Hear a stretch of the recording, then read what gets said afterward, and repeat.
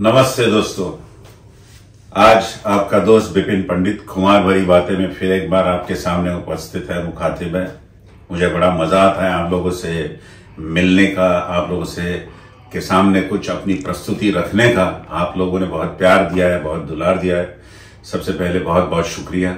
और ये भी कहूंगा कि मेरा चैनल है विपिन आर पंडित कुमार, उसे प्लीज सब्सक्राइब कीजिए, ताकि आने वाले मेरे चैनल पर न केवल मैं म्यूजिक की बात करता हूं, क्रिकेट की बात करता हूं, कभी शेयर्स की बात करता हूं, डिफरेंट मैं सब्जेक्ट्स लेकर के बात करता हूं। और इस बार मैं आपको एक बड़ा मीठा सा झटका देने वाला हूं, क्योंकि आज मैं बात करूंगा महाभारत पे। महाभारत, आप कहोगे कि विपिन आज क्या महाभारत लेकर आया, तो मैंने महाभारत बहुत पढ़ा है और मेरा एक बड़ा उसमें दिलचस्पी रही है।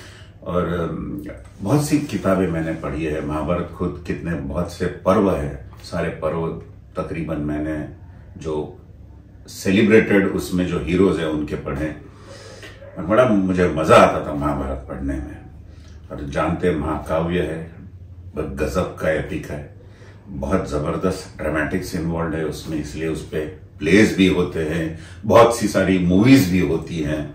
और खास करके इसमें जो पात्र है, जो कैरेक्टर्स है, वो बड़े फोर्सफुल है। चाहे मैं कृष्ण भगवान की बात करूं, चाहे मैं भीष्माचार्य की बात करूं, द्रोणाचार्य, धृतराष्ट्र, चाहे मैं भीम की बात करूं, अर्जुन की बात करूं, कर्ण की बात करूं, अश्वत्थामा की बात करूं, किस किस की बात करूं मैं। एक से बढ़कर एक योद्धा, एक से बढ़कर एक जबरदस्त कैरेक्टर वाले किरदार इसमें हैं। लेकिन आप देखोगे कि आज भी इनमें से कुछ कैरेक्टर्स ऐसे हैं कि लोग अपने घर में जो नया जन्म लेता है, जो शिशु आता है, उसका नाम इन कैरेक्टर्स पे रखते हैं। कृष्ण तो खैर भगवान है, तो जाहिर है कि मोस्ट पॉपुलर है। लेकिन आप देखोगे कि जितने भी कैरेक्टर्स हैं उनमें सबसे ज्यादा पॉपुलर है अर्जुन और कर्ण। भीम भी है, गजब का योद्धा है भीम, क्या कहने। लेकिन सबसे ज्यादा पॉपुलर है अर्जुन और कर्ण। और आप देखोगे कि ये दो किरदार जो हैं वो बहुत पावरफुल हैं महाभारत में, और सबसे ज्यादा रुचि लोगों को इनके बारे में पढ़ने में है। अब अर्जुन जो है, he is like a super hero. Arjun कभी कोई बात गलत नहीं कर सकता है। महाभारत में अर्जुन को एक ऐसा जबरदस्त योद्धा दिखाया है, एक ऐसा जबरदस्त शिष्य भी दिखाया है। उससे सीखने जैसी बात यह है कि वो अपनी विद्या में तो प्रवीण है, लेकिन अपने गुरु के प्रति उसका जो सबमिशन है, चाहे वो द्रोणाचार्य हो या बाद में कृष्ण हो, एकदम 100% है, एकदम 100%। उसका फोकस, उसका कंसंट्रेशन, उसके विद्या के प्रति नई बातें सीखने की लगन, वो बेमिसाल है। वही उसी बात को लेकर एक बेहतरीन एग्जाम्पल, छोटा सा एग्जाम्पल है, सब लोग जानते हैं कि वो पंखी की आंख क्या जवाब देता है कि मुझे सिर्फ उसकी आंख दिखाई दे रही है, और वो अपना जो लक्ष्य है वो अचीव करता है। ये अर्जुन है। सारे युवराज थे, सभी लोग थे, लेकिन ऐसा जवाब जो गुरु को अच्छा लगे और सही जवाब जो उसके मन का है, वो सिर्फ अर्जुन ने दिया। और जाहिर है फिर द्रोणाचार्य उससे ज्यादा प्यार करेंगे, उससे ज्यादा लगाव रखेंगे। और जाहिर ये भी है कि वो पूरा अपना तन मन, अपनी सारी विद्या दांव पर लगाकर उसे सर्वश्रेष्ठ धनुर्धर बनाने के पीछे लगेंगे, क्योंकि अर्जुन वैसा है, एक ऐसा योद्धा जिसने कभी अपनी जिंदगी में हार या डिफीट का सामना नहीं किया। उसे अजय योद्धा कह सकते हैं आप। एक मिसाल, एक बेंचमार्क योद्धा जिसे कहते हैं अर्जुन, जिसकी डिसिप्लिन, जिसका गुरु के प्रति मान रखना, सम्मान उन्हें देना बहुत ही काबिल तारीफ और बेमिसाल है। मैं ये इस वक्त ये समझ के चल रहा हूं कि महाभारत एक वाकई में हकीकत है, और उस हकीकत को लेकर मैं चलता हूं।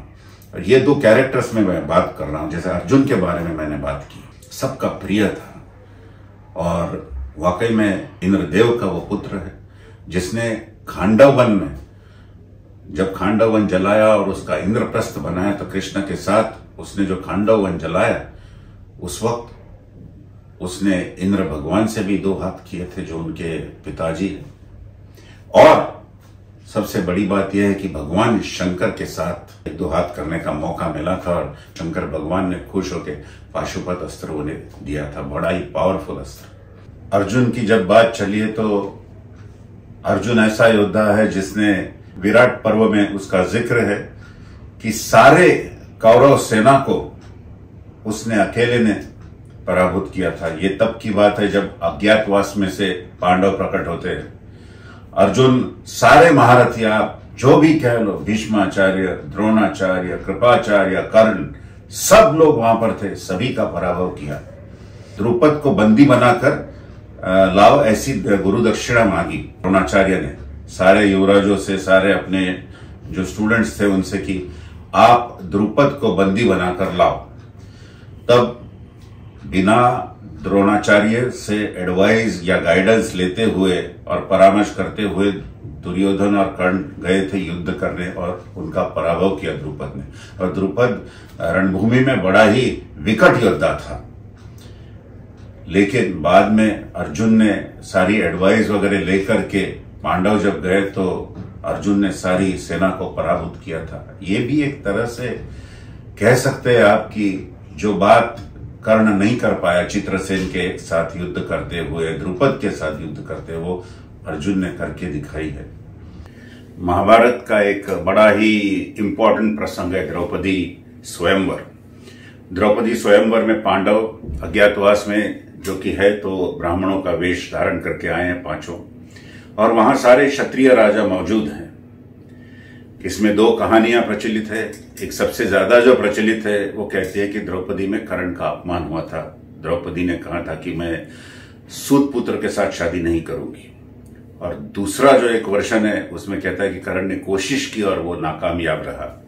ये दोनों कहानियां अपनी अपनी जगह है, लेकिन बाद में जब एक ब्राह्मण के वेश में अर्जुन आकर मत्स्यभेद करता है, तब वो क्षत्रियो का जो ईगो है वो हर्ट हो जाता है, बड़ा घमासान होता है वहां पर, और कर्ण और अर्जुन की एक बार लड़ाई होती है। वहां पर दोनों तीखे बाण एक दूसरे पर चलाते हैं, और अर्जुन वहां पर कर्ण पे भारी पड़ जाता है।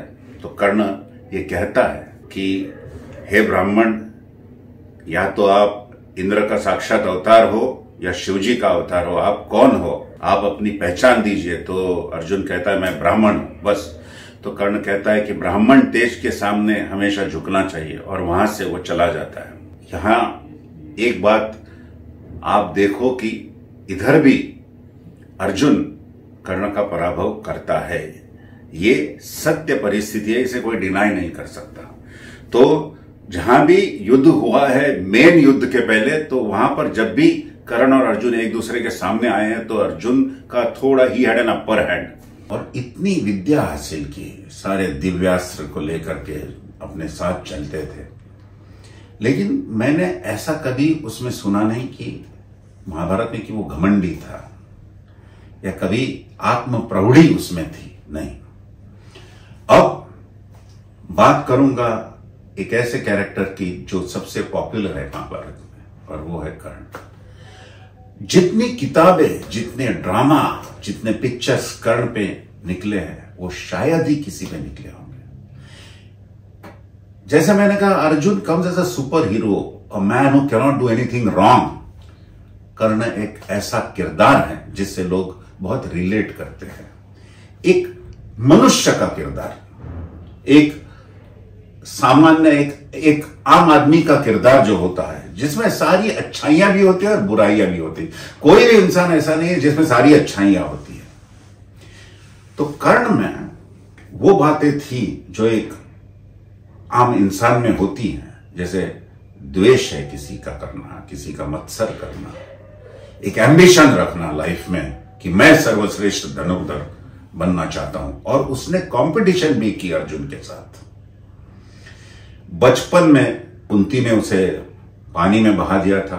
वो ऐसी अवस्था में उसकी पैदाइश थी कि कुंती की सारी बदनामी होती, तो कुंती ने एक संदूक में उसे बहाया, साथ में कुछ सुवर्ण अलंकार भी रखे उसके साथ और उसे विदा किया गंगा मैया की गोद में। फिर बाद में वो वहां से चला और अधिरथ बाबा को मिला। अधिरथ बाबा धृतराष्ट्र के दोस्त भी थे, उनका सारथी था संजय, लेकिन ये सूत घराने से थे तो कर्ण को सभी लोग सूत पुत्र मानते थे। कोई लोग उसकी माता राधे से भी जानते थे, राधा का पुत्र राधे। वहां पे पला बड़ा वो सूतों में। अब देखिएगा कि ये सबसे पहला पांडव है, सबसे बड़ा है, ज्येष्ठ है।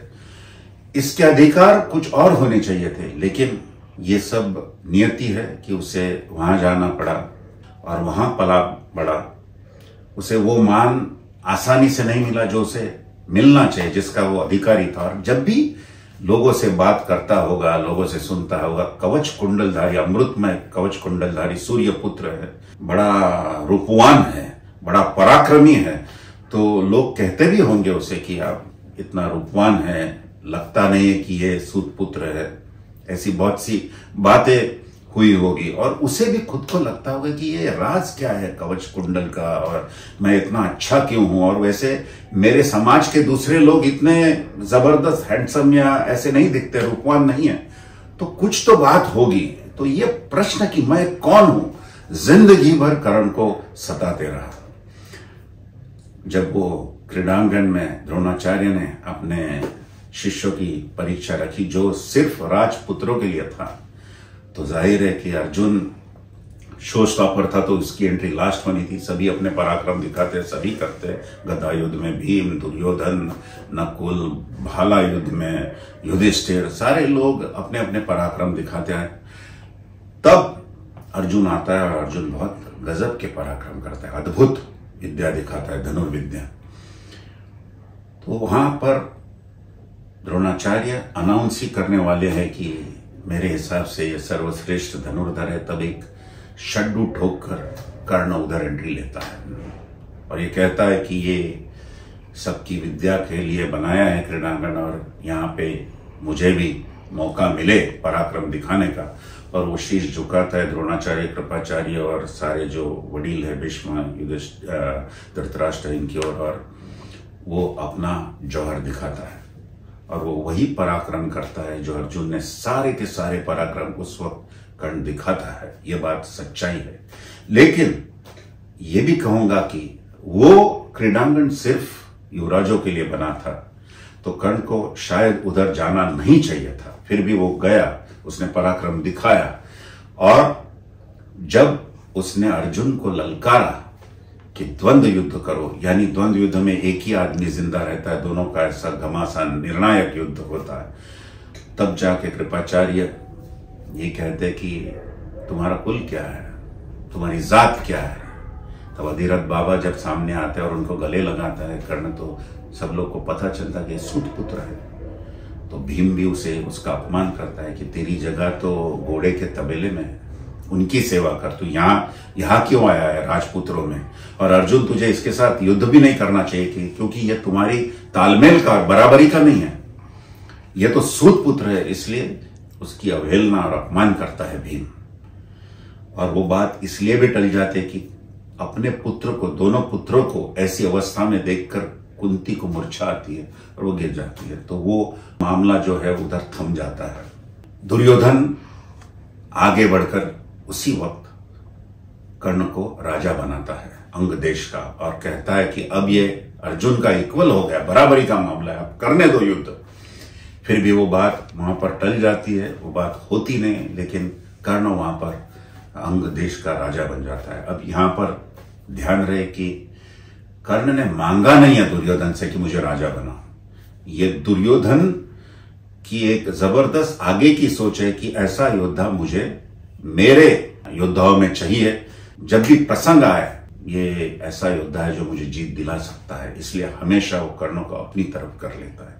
लेकिन यहां देखने वाली बात यह है कि कर्ण ने अपने पराक्रम दिखाने से उसे राज्य मिला है, उसे मांगा नहीं है।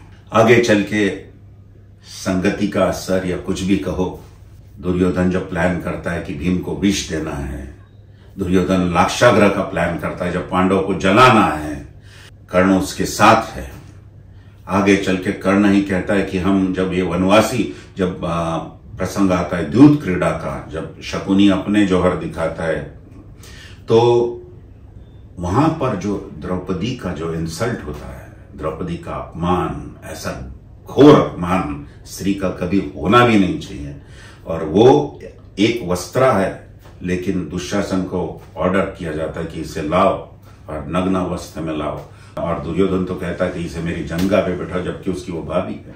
एक विकर्ण है जो 100 पुत्रों में धृतराष्ट्र के खड़ा होता है और कहता है कि स्त्री का अपमान ऐसे मत करो, ये गलत है। तब कर्ण उसे कहता है कि सारे बड़े लोग बैठे, तू कौन होता है बोलने वाला, और ये तो वैश्या है, ये तो सामान्य स्त्री भी नहीं है जो एक आदमी के साथ संसार करती है, इसके तो 5-5 पति है, व्यभिचारी है।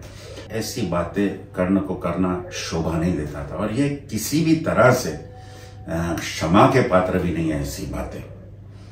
अब इसमें यह भी बात है कि जो युधिष्ठिर है वो दूध खेलता है, खुद दास बन जाता है, अपने भाइयों को दास बनाता है, और उसके बाद उसे हक भी क्या बनता है कि अपनी पत्नी को वो दाव पे लगाए। यह भी एक महाभारत में बात है कि उसका हक भी नहीं है कि द्रौपदी को दाव पर लगाए, फिर भी वो बात हो जाती है, सारा अपमान। और वहां महान योद्धा थे जैसे पितामह भीष्म, द्रोणाचार्य, कृपा, सारे के सारे खामोश बैठे हैं। कृष्ण आके द्रौपदी की सहायता करता है, सब लोग जानते हैं आप लोग, लेकिन वो एक ऐसा प्रसंग है महाभारत में जो कि बहुत ही खतरनाक जिसे कहते हैं, और जिसे कभी किसी की जिंदगी में ऐसे प्रसंग होने नहीं चाहिए, और स्त्री का ऐसा अपमान कभी भी होना नहीं चाहिए। तो ये जो बातें हैं, और बाद में घोष यात्रा का सजेशन, जब वनवास में जाते हैं पांडव, तो घोष यात्रा का सजेशन कर्ण की ओर से आता है दुर्योधन को, और दुर्योधन उसका सजेशन मानता है, अपने पिताजी को भी राजी करता है, और वहां पर अपनी दौलत दिखाने के लिए वो वन में जाते हैं जहां पांडव बसे हैं। और कुछ हो जाता है, गंधर्व जो वॉरियर्स होते हैं उनके साथ कौरव, ये दुर्योधन और सबका झगड़ा हो जाता है, और वहां पर ऐसा गजब युद्ध होता है कि कर्ण पहले तो बहुत अच्छा युद्ध करता है गंधर्वों के सामने जाकर के, और डटा रहता है, लेकिन बाद में गंधर्व मायावी युद्ध करते हैं इल्यूजन्स में। उसकी स्किल, उसे किस तरह से तोड़ना है, किस तरह से उसका सामना करना है, ये स्किल कर्ण के पास नहीं है, तो उसका रथ तोड़ते हैं, कर्ण को बहुत ही इंजरीज देते हैं, और वहां से कर्ण भाग जाता है। दुर्योधन भी लड़ता है, लेकिन दुर्योधन को वो बंदी बनाते हैं, और फिर कुछ कौरव सेनानी जाकर के नजदीक पांडव होते हैं, उनको कहते हैं कि हमें बचाओ दुर्योधन को।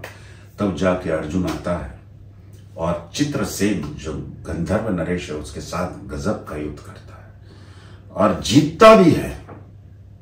तब कर्ण दुर्योधन को कहता है कि ये तो तुम्हारे दास है, इनका फर्ज है तुम्हें बचाना। अब ये भी बात उसके फेवर में नहीं जाती है, ये भी बात गलत है कि तुम पराभूत हो, फिर भी ऐसा परामर्श देते हो अपने दोस्त को। तो फिर बड़ी नालस थी, बड़ा अपमान होता है कौरव सभा में उनका कि आप भाग कर आए हो और आप पराभव का सामना करके आए हो, और ये घोष यात्रा जो आपने की उसकी कोई जरूरत ही नहीं थी, इसकी क्या जरूरत थी। लेकिन ये बात होती है महाभारत में, ये हकीकत है, इसे कोई बदल नहीं सकता है। अब आप ये कहोगे कि इतना सब कुछ होने के बाद आप कैसे कह सकते हो कि कर्ण महाबली है, कर्ण महारथी है। ये दूसरी साइड है कर्ण की। और जैसे मैंने कहा कि वो एक ऐसा कैरेक्टर है महाभारत में जो मनुष्य, एक इंसान के बहुत नजदीक जाता है। इंसान में जैसे मैंने कहा गुण और दोष का एक जीती जागती मिसाल, तो उसके पास गुण भी है। वो सूर्य पुत्र है, कोई डिनाई नहीं कर सकता है। वो ज्येष्ठ पांडव है, कुंती का पुत्र है, ये कोई डिनाई नहीं कर सकता है। वो अमृत में कवच कुंडल लेके आया है, उसका पूरी तरह से निपात होना बहुत मुश्किल है। उसे पूरी तरह से आप मार नहीं सकते, मार नहीं डाल सकते जब तक वो कवच कुंडल के साथ है। ये बातें बिल्कुल सही है। वो पराक्रमी है, उसने अर्जुन के जैसे ही पराक्रम दिखाया वहां पर क्रीड़ांगन में, ये भी बात सही है। जब दुर्योधन स्वयंवर में जाता है दुशाली के, तो जो हार लेकर वो नजदीक आते तो कर्ण ही कहता कि मैं सामना करूंगा, तुम इसे उठाकर ले चलो। तो दुर्योधन ले चलता है। तब शिशुपाल, रुक्मी, मगध नरेश, जरासंध सबका सामना कर्ण अकेला करता है और सारे राजाओं को पराभूत करता है। और फिर उस वक्त जरासंध उसे ललकारता है कि मेरे साथ तुम कुश्ती करो। तो कुश्ती में बहुकंटक नाम का एक डाव होता है, वो जरासंध पे खेलकर उस पर हावी हो जाता है और जरासंध उससे जीवन दान मांगता है तो कर्ण उसे माफ कर देता है। उसी वक्त जरासंध उसे मालिनी नगरी दे देता है खुश होकर के। तो कर्ण यहां भी नहीं रुकता है। कर्ण फिर बाद में दिग्विजय करने निकलता है। दिग्विजय यानी चारों दिशा का पराभव करके वहां से दौलत इकट्ठा करके लाना। और वो दौलत इकट्ठी करके लाता है, बहुत से राजाओं का पराभव करता है, वहां से लगान वसूल करके वो जाता है और कौरव सभा के जो धनकोष है उसमें वो डिपॉजिट करता है। तो ये दूसरी बात है। जबकि कर्ण कौरव के लिए धन की प्राप्ति करके देता है, ऐसा नहीं है कि कर्ण मिंधा है, कर्ण वहां पर बैठकर खाता है और इसलिए वो दुर्योधन की तारीफ करता है, ऐसी बात नहीं है। वो अपना पराक्रम भी दिखाता है और पराक्रम करके कौरव के लिए कुछ करता भी है। सो ये बात बिल्कुल सही है, इसका उल्लेख है महाभारत में। कर्ण दिग्विजयी राजा है, कोई शंका नहीं इसमें। फिर जब द्रोणाचार्य उसे ब्रह्मास्त्र नहीं देते तो वो परशुराम भगवान के पास जाता है। भगवान परशुराम सिर्फ ब्राह्मणों को सिखाते हैं, इसलिए वो झूठ बोलता है कि मैं ब्राह्मण हूं। लेकिन आप जानते हो कि जब राम फरमा रहे उसकी निगाह पर एक खतरनाक सा एक कीड़ा जो है उससे डंक मारता है, फिर खून आता है। तो परशुराम जी समझ जाते हैं कि ये सब झेलने की ताकत किसी ब्राह्मण में नहीं हो सकती है। और इसलिए वो कर्ण को कहते हैं कि तुम तो क्षत्रिय लग रहे हो। तो कर्ण कहता है तुम्हारी रियलिटी क्या है, तुम ब्राह्मण नहीं हो। तब कर्ण कहता है कि मैं सूत पुत्र हूं। तब वो वहां से एक श्राप लेता है। और उस वक्त जब वो शिष्य बना रहता है, एक गाय की हत्या हो जाती है, वो ब्राह्मण भी उसे श्राप देता है कि तुम्हारा पहिया धस जाएगा। परशुराम जी श्राप देते हैं कि तुम्हें ऐसे योद्धा के साथ जो तुम्हारा प्रतिस्पर्धी है, तुम्हारे तुल्य है, तब तुम्हें तुम्हारे ज्ञान का विस्मरण होगा। लेकिन ये कहते हुए कर्ण की तपश्चर्या देखकर, उसके वो जो शिष्य का रोल वहां पर निभाता है वो देखकर परशुराम जी ये भी कहते हैं कि आज पृथ्वी तल पे तुम्हारे जैसा क्षत्रिय योद्धा कोई दूसरा नहीं, ये भी तारीफ करते हैं। अब महाभारत में आप देखो कि महाभारत में अगर मुझे कोई पूछे कि सम ऑफ द हाइलाइट्स जिसे कहते हैं, तो कर्ण और कृष्ण की भेंट, कर्ण और सूर्यदेव की भेंट, कर्ण और इंद्रदेव की भेंट, कर्ण और कुंती की भेंट, कर्ण और भीष्म की भेंट, ये सब जो है मुलाकातें जो है वो हाइलाइट्स है। क्या गजब का लिखान, क्या गजब के डायलॉग्स हैं वहां पर। तब कृष्ण भी ये मानते हैं और वो कहते हैं कि जहां तक धनुर्विद्या का सवाल है, तुम मेरे और अर्जुन के बराबर हो। पितामह भीष्म से जब मिलता है तो पितामह भीष्म भी यही बात कहते हैं कि तुम मेरे प्रतिस्पर्धी हो, तुमने हमेशा मेरे साथ स्पर्धा की है, मेरे साथ आर्ग्यूमेंट्स की है, लेकिन मैं ये जानता था कि तुम बड़े महान योद्धा हो। तुमने दुशाली को जब दुर्योधन ने शादी की तो कैसे राजाओं का सामना किया था, तुमने तो जरासंध, मगध नरेश, इतना पावरफुल योद्धा, उसे भी झुका दिया। और यही जरासंध ने कृष्ण को 17 बार पराभूत किया था। इनफैक्ट कृष्ण 17 बार वो रण को छोड़कर चले गए थे, इसलिए गुजरात में उनका एक नाम रणछोड़ राय प्रचलित है और उनके नाम का मंदिर भी है। कभी कभार योद्धा का दिन नहीं होता है, कभी कभार वो किसी भी दूसरे योद्धा के साथ, जो बड़ा पावरफुल योद्धा, उसके साथ हार भी सकता है। जिस तरह से डिस्कवरी चैनल में आप देखते हो कि कभी कभार हाइना जो है शेर को पर भारी हो जाता है, कभी कभार भैंसा शेर को उठा के फेंकता है, लेकिन वो शेर शेर होता है, ये उसका दिन नहीं है। तो कभी कभार योद्धा को डिफीट, आप क्या कभी कहोगे कृष्ण भगवान है, वो तो वासुदेव है, सारे इस जहान के पालनहार है, तो क्या जरासंध से हारने के बाद क्या जरासंध कृष्ण से बड़े हो जाते? ऐसी बात नहीं होती है। कभी कभार मौके की नजाकत होती है। Whatever works in the best interest at that point of time is done in a war. आज फिर कुंती माता को भी वो वचन देता है कर्ण, जब आती है याचक बनकर। वो बड़ा दानवीर है।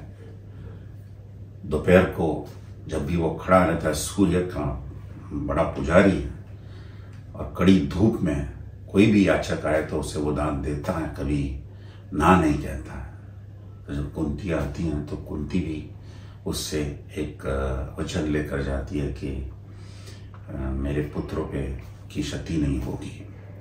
वो कर्ण सामने से उसे एक दान देता है कि तुम्हारे 4 पुत्र यानी भीम, युधिष्ठिर, नकुल, सहदेव को मैं कुछ नहीं करूंगा। मैं करूंगा तो सिर्फ अर्जुन के साथ युद्ध करूंगा, और अर्जुन और दूसरों को किया भी युद्ध तो मैं जान से नहीं मारूंगा, मैं अर्जुन को ही मारूंगा। इससे गजब की उसकी एक प्रतिस्पर्धा, एक कंपटीशन रही अर्जुन के साथ। वास्तव में यह कंपटीशन करने की जरूरत नहीं है, कोई जरूरत नहीं है, लेकिन वो एक सर्वश्रेष्ठ धनुर्धर कौन है ये लेकर के उसके मन में वो स्पर्धा थी अर्जुन के साथ। और दोनों अपनी अपनी जगह महान योद्धा है, लेकिन जब भी सर्वश्रेष्ठ धनुर्धर का जिक्र आएगा महाभारत में तो मैं कहूंगा कि अर्जुन ने सारे प्रमाण दिए हैं जो प्रूव करता है कि अर्जुन सर्वश्रेष्ठ धनुर्धर है। और उसके बाद ऑफ कोर्स कर्ण है ही। जो लड़ाई होती है महाभारत की 18 दिन की लड़ाई में, पहले 10 दिन भीष्म के साथ आर्ग्यूमेंट होने के बाद कर्ण कहता है कि मैं इनके अंडर युद्ध नहीं करूंगा, सेनापति है। बाद में जब कर्ण आता है और कर्ण की जब एंट्री होने वाली है तो विदुर कुंती को कहते हैं कि ये मुझे पितामह भीष्म का डर नहीं था, मैं जानता हूं वो पांडवों का वध नहीं करेंगे। मुझे द्रोणाचार्य से भी डर नहीं था, जबकि ये दोनों गजब के योद्धा है। मैं जानता हूं कि द्रोणाचार्य अपने प्रिय शिष्य अर्जुन और पांडवों का वध नहीं करेंगे, पांडव उन्हें बहुत प्रिय है, लेकिन मुझे डर है कर्ण का। और ये महारथी है, ये महाबली है, ये बहुत ही संहार करेगा, ये विदुर कहता है कुंती को। और कुंती अपने पुत्रों को सुरक्षित करके तो आती है, लेकिन जब युद्ध होता है तो कर्ण नकुल, सहदेव, युधिष्ठिर सबको जीवन दान देता है। युधिष्ठिर के तो घोड़ा, उसका रथ, उसे घोड़े को इंजरी, सारथी को इंजरी, एक बार रथ तोड़ देता है, सारे जो, और कपड़े भी उसके फाड़ देता है। ये सब बातें हैं महाभारत में उसका उल्लेख। और युधिष्ठिर रण छोड़ के अपने छावनी में चला जाता है। तब जाके अर्जुन और कृष्ण से मिलते हैं तो युधिष्ठिर हमेशा ये एक्सेप्ट करता है कि मुझे इस आदमी से, कर्ण से हमेशा भय रहा है, क्योंकि मैं ये जानता हूं कि ये पराक्रमी है और ये हमको क्षति पहुंचा सकता है। मुझे इस आदमी से हमेशा डर रहा है। और आज उसने इस तरह से, बुरी तरह से मुझ पर हमला किया। कर्ण भीम से 4 या 5 बार पराभूत होता है उस युद्ध में, लेकिन कर्ण भी उसे 1 या 2 बार पराभूत करता है। और पुरानी बात याद रख के एक पराभव के दौरान वो अपना धनुष उसके गले में अटका के कहता है कि तेरी जगह ये रणभूमि नहीं है, तेरी जगह किसी किचन में, किसी शेफ के साथ है, उसको खाना बनाता है, आचार्य उसके साथ है, तू लड्डू बिड्डू खा, तेरा यहाँ पर काम नहीं है। इसलिए वो उसका बदला भी वो लेता है वहां पर ऐसी भाषा करके। उसमें मैं समझता हूं कि वो ठीक है, he returns to Bhim whatever he has got from Bhim, so that's fine.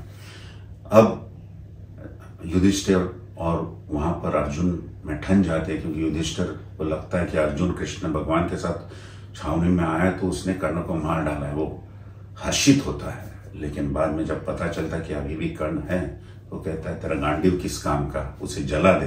तब अर्जुन जाके तलवार लेके युधिष्ठिर को मारने वाला होता है, लेकिन कृष्ण कहता है कि ये कहाँ है, तुम्हारा ऑब्जेक्टिव ये नहीं है, वहां पर लड़ना है। इसलिए वह अर्जुन जाते जाते कहता है कि आज मैं कर्ण के साथ निर्णायक युद्ध करूंगा। और अर्जुन ये भी कहता है कि सारे संसार ने ऐसा युद्ध नहीं देखा होगा। और बाद में जो घमासान होता है, अभी इसमें भी देखिए कि महाभारत में जो लिखा है, वो जो बिल्डअप देखो ये दोनों के युद्ध का, और जो बिल्डअप है कि कुछ देव लोग अर्जुन को सपोर्ट करते हैं, कुछ राक्षस गण कर्ण को सपोर्ट करते हैं। सूर्य और इंद्र कहते हैं मेरा बेटा जीतेगा, वो कहते हैं मेरा बेटा जीतेगा। सारे पक्षी, सारे प्राणी वहां से भाग जाते हैं, क्योंकि दिव्यास्त्र का वहां पर असर होने वाला है, उसका यूजेज होने वाला है और भयंकर संहार होने वाला है। ये सब लोग जानते। कर्ण जब आता है तो भार्गव अस्त्र, नारायण अस्त्र सारे के प्रयोग होते हैं और भार्गव अस्त्र तो जो वो परशुराम भगवान से सीखा है वो बड़ा विनाश करता है। और बहुत से योद्धा वहां पर मर जाते हैं। जैसे अभिमन्यु को भी वो लोगों ने मारा है, सारे कौरवों ने मिलकर मारा है। तो बाद में सत्यकी और अभिमन्यु ने एक एक बार उसी रण में कर्ण को पराभूत भी किया है। ये भी बात जानने जैसी है। लेकिन उससे क्या कर्ण कमी प्रति का योद्धा होता है, ऐसी बात नहीं है। ये रणभूमि में बातें हार जीत होती रहती है। और जब वो अर्जुन का सामना करता है तो ये बिल्डअप होता है सारा, और वहां पर ऐसा घमासान होता है, दिव्यास्त्रों का प्रयोग होता है। और एक बाण जब कर्ण मारने वाला होता है, उस पे अश्वसेन नाम का सांप बैठ जाता है। वो जो बाण कर्ण छोड़ता है तब कृष्ण समझ जाते हैं कि ये हमने और अर्जुन ने मिलके खांडव वन जलाया था। तब सारे सांप मर गए थे और ये जो अश्वसेन की मां है उसे भी हमने मार दिया था। उसका बदला लेने कर्ण के साथ होकर ये अर्जुन को मारने आया है, ये कृष्ण जान लेते। और वो बाण पर विराजमान है अश्वसेन। तब कृष्ण 2 फुट पीछे नीचे गिरा देते हैं अपना रथ, तो वो बाण अर्जुन के किरीट पर लग जाता है। नहीं तो वो बिल्कुल उसके कंठ पर चलता और शायद बहुत क्षति होती है अर्जुन को। अर्जुन भी भयभीत हो जाता है उस वक्त जब किरीट गिर जाता है। तो आगे चल के बड़ा युद्ध होता है दोनों में, और एक गजब का युद्ध दोनों में। अभी आप इसमें ये देखो कि कृष्ण कहते हैं उसका पहिया धस जाता है श्राप के हिसाब से। तो कृष्ण कहते हैं इसे मारो, उसे मारते भी हैं, अर्जुन मारता भी है उसे। लेकिन और फिर मारने के बाद कर्ण का जो देह है उसमें से एक दिव्य तेज आकर के सूर्य में विलीन हो जाता है। अब आप देखिएगा कि सारे युद्ध में जब फाइनल युद्ध होता है जो 18 दिन का, कर्ण को पता है कि ये सारे जो जिनसे लड़ने जा रहे हैं सारे उसके छोटे भाई हैं। और ये दाव कृष्ण खेलता है क्योंकि कृष्ण को मालूम है दुर्योधन के प्रति इसकी निष्ठा, इसकी लॉयल्टी पक्की है। ये किसी भी हालत में पांडवों के साथ नहीं आने वाला है। फिर भी कृष्ण उसका जन्म रहस्य भेद करता है। और वही बात कर्ण उसे रिफ्यूज करता है कि मैं नहीं लड़ूंगा। जोर से कृष्ण को आलिंगन भी देता है क्योंकि कृष्ण भी एक तरह से उसका भाई है। कुंती उसकी बुआ है और ये कुंती पुत्र है, तो कृष्ण कर्ण का भाई है। तो उस हिसाब से एक आलिंगन भी जाते जाते देता है। और कृष्ण तो सारथी बन के उसे कुछ दूर जब शिष्टाई फेल हो जाती है तब ले जाता है, ये जन्म रहस्य भेद करता है। तब कृष्ण को वो कहता कि मैं नहीं आऊंगा, मैं दुर्योधन के पक्ष में लड़ाई युद्ध करूंगा। तब ये देखने वाली बात है कि कर्ण को हमेशा, जब उसके पिताजी सूर्यदेव भी कहते कि तुम कवच कुंडल किसी भी हालत में मत देना, और फिर फाइनली कर्ण सुनता नहीं तो कहते कि एक वास्तविक शक्ति मांग लेना इंद्र से, तब जाके कर्ण एग्री होता है, वो शक्ति मांगता है। लेकिन ये कृष्ण का ही दाव है कि कुंती को भेजकर इसे साइकोलॉजिकली वीक कर दो। कहीं ना कहीं मैं ये जरूर कहूंगा कि भीम, युधिष्ठिर, नकुल और सहदेव को तो डेफिनेटली कर्ण से खतरा था। भीम पराक्रमी है, 100 पुत्र उसने धृतराष्ट्र के उसी ने तो मारे हैं। कीचक का वध किया है उसने, पराभव किया है जरासंध का कृष्ण को लेकर, टिप्स लेकर। लेकिन दिव्यास्त्र उसके पास है या नहीं, इस बात पे बहस हो सकती है। लेकिन कर्ण के पास दिव्यास्त्र है। वो दिव्यास्त्र भीम पे मारता तो फिर बात शायद मुश्किल हो जाती है। अर्जुन एक ऐसा योद्धा था जो कर्ण को पूरी तरह से घायल कर सकता था या उसके तुल्य बल योद्धा था दोनों में। लेकिन अर्जुन का स्थान धनुर्विद्या में ऊपर है, नो डाउट अबाउट इट।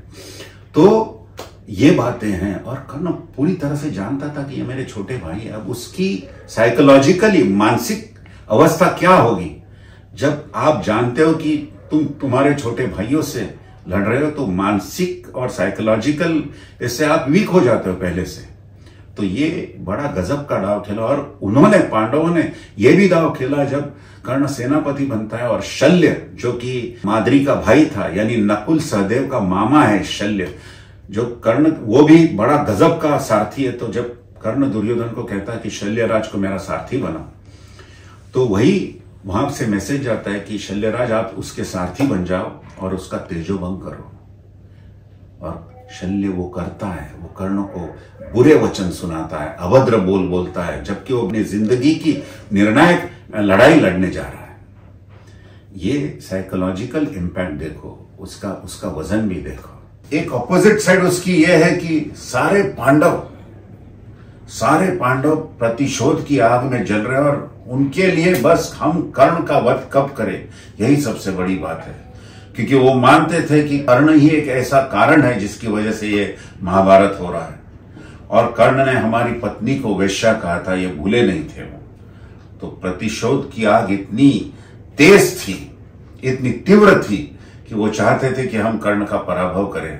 लेकिन हैविंग सेड दिस, मैंने कर्ण की पॉजिटिव साइड्स बताने की कोशिश की है। और मैं ये भी जरूर कहूंगा कि कर्ण महाभारत में एक ऐसा योद्धा है, एक ही योद्धा है जिसके सामने देवराज इंद्र, देवों के जो राजा है देवलोक के, वो उसके सामने याचक बन के खड़े हैं, हाथ फैलाकर खड़े हैं और कहते हैं कि मुझे तुम्हारा कवच कुंडल दे दो। और कर्ण उन्हें निराश नहीं करता है, कवच कुंडल भी दे देता है, ये जानकर कि अब उसकी जिंदगी को खतरा है। और ये जब फाइनल युद्ध की बात आती है, जब कृष्ण कर्ण को लेकर के उनका जन्म रहस्य भेद करते, तभी कर्ण कहता है कि जिस टीम में या जिस गिरोह में आप हो, तो उसका विजय निश्चित है और सामने वाले का पराभव निश्चित है। फिर वो सूली पर चढ़ जाता है, वो उसकी जान दे देता है। लेकिन इतने आमिष देने के बाद भी वो दुर्योधन का पक्ष नहीं छोड़ता है। This shows that he is a very loyal man, he is righteous, वो छोड़ता नहीं है। लेकिन ये महाभारत का जो सार है उसमें आप देखोगे कि इतने बड़े योद्धा, आप किन किन का नाम लूं, भीष्माचार्य, द्रोणाचार्य, कृपाचार्य, दुर्योधन, भीम, कर्ण, अर्जुन, अभिमन्यु, किस किस का नाम लूं मैं। एक से बढ़कर एक योद्धा थे, जरासंध, रुक्मी, शल्यराज, सात्यकी। क्षत्रियों का एक तरह से जोर बढ़ गया था पृथ्वी तल पर, और ये पृथ्वी का बैलेंस या इक्विलिब्रियम मेंटेन करने के लिए शायद ये युद्ध होना जरूरी था और क्षत्रियों का निपात होना भी उस वक्त जरूरी था। इसलिए शायद भगवान परशुराम भी, उन्होंने क्षत्रिय समाज का बहुत विनाश किया था। तो यही बात है कि कर्ण हमेशा थोड़ा सा दुर्भाग्यशाली रहा, थोड़ा सा वंचित रहा जो उसे मिलना चाहिए था। इसलिए शायद उसने गलतियां भी की जो मैंने दोहराई है, और उसके जो पॉजिटिव साइड है वो भी मैंने दोहराई है। तो बस यही कहेंगे कि आजकल के युग में जब अर्जुन से कुछ सीखना है तो अर्जुन से ये सीखो कि समर्पण सीखो, submission towards his Guru, his objective, achievement of the objective, concentration, focus, discipline. और कर्ण से अगर सीखना है तो ये देखो कि कितनी भी बार आप लोग गिराएं आपको, कितनी भी बार अपमानित लोग आपको करें और लोग आपको हरदम आपकी अवहेलना करते रहे, फिर भी आप जिंदगी में संघर्ष करो और संघर्ष करके ही आप आगे बढ़ो। क्या किसने सोचा होगा कि ये सूत पुत्र एक दिन अंग देश और मालिनी देश नगरी का राजा बनेगा? किसने सोचा होगा कि पांडव जैसे पराक्रमी योद्धाओं का पराभव करेगा, जरासंध को पराभूत करेगा, दिग्विजयी राजा बनेगा? किसने सोचा था? किसने सोचा था कि दुशाली के स्वयंवर में यही है, यही जिसे हमने सूत पुत्र कहा, वो सारे राजाओं पर भारी पड़ गया, जितने भी क्षत्रिय थे उन पर भारी पड़ गया। और महाभारत में जब फाइनल युद्ध होता है तो सारे पांडव पर भी वो भारी पड़ता। किसने सोचा था? लेकिन यही, और फिर सबसे बड़ी बात, सूत पुत्र होने के नाते कौरव जैसे समृद्ध राज्य का, कौरव जैसे विशाल और बड़ी सेना का वो सेनापति बनेगा। वो भी एक गजब की अचीवमेंट है करने की। महाभारत में जो उसे क्रिटिसाइज करते, उन्हें ये सारी बातें भी देखनी चाहिए। उसकी बुरी बातें मैंने कही है और ये भी कहा है कि जहां वो गलत है वो गलत है। You can't justify some of the things that he has done, but there are certain things along with that he has done fabulously well on that front. तो ये बात है। ये हमें सीखना है महाभारत से। मैंने सोचा कि आज कर्ण और अर्जुन की बात करें और थोड़ा मजा लें महाभारत का। और शायद आप लोग को मेरा ये एपिसोड है आपको पसंद आया, क्योंकि पहले मेरे 100 से भी ज़्यादा वीडियोस है यूट्यूब में, आपने देखे होंगे, बट मैंने इस पर ये सब्जेक्ट पर कभी बात नहीं की। आज बात की, अच्छा लगा। Kindly subscribe to my channel and please wait for more and more videos, entertaining videos, nice videos, but factual videos। मैंने जो पढ़ा है, मैंने जो अपने नॉलेज में, अपने रिसर्च में देखा है, वही मैंने कहा है। मैंने कोई गलत बात नहीं की, मैंने किसी को ग्लोरीफाई नहीं किया, मैंने किसी को नीचे नहीं दिखाया। सभी अपनी अपनी जगह हैं और सभी महान योद्धा हैं। भीष्म कहो, द्रोणाचार्य कहो, कृष्ण कहो, भीम कहो, कर्ण कहो, अर्जुन कहो। मेरे हिसाब से युधिष्ठिर, नकुल, सहदेव को मैं इतना हाई रेटिंग, एक मल्टी स्टारर जिसे कहते हैं, उसमें वो इतने बड़े हीरो नहीं है जितने ये लोग हैं, लेकिन ये तो वाकई में मल्टी स्टार में हर कोई अपना अपना किरदार निभाता है और गजब है महाभारत। मैंने ये आपके सामने मेरा पर्सपेक्टिव है, मैंने रखा है। बाकी तो आप पर है, आपके अपने कैरेक्टर्स फेवरेट हो सकते हैं, लेकिन हर जगह मैंने जो रखा है वो सही है। मैंने कोई यहां वहां से लिया नहीं है, मैंने कोई ग्लोरीफाई करने की कोशिश नहीं की। उसके पास गांडीव था, इसके पास विजय धनुष था, उसने ऐसा मारा, उसने ऐसा मारा। मैंने ऐसी कोशिश नहीं किया। मैंने जो फैक्ट है बड़े कंपोज्ड तरीके के साथ मैंने पेश किया है। तो मजा आ गया आपसे बात करके। Thank you very much. आप लोग को मजा आना चाहिए, मुझे तो आया। Thank you.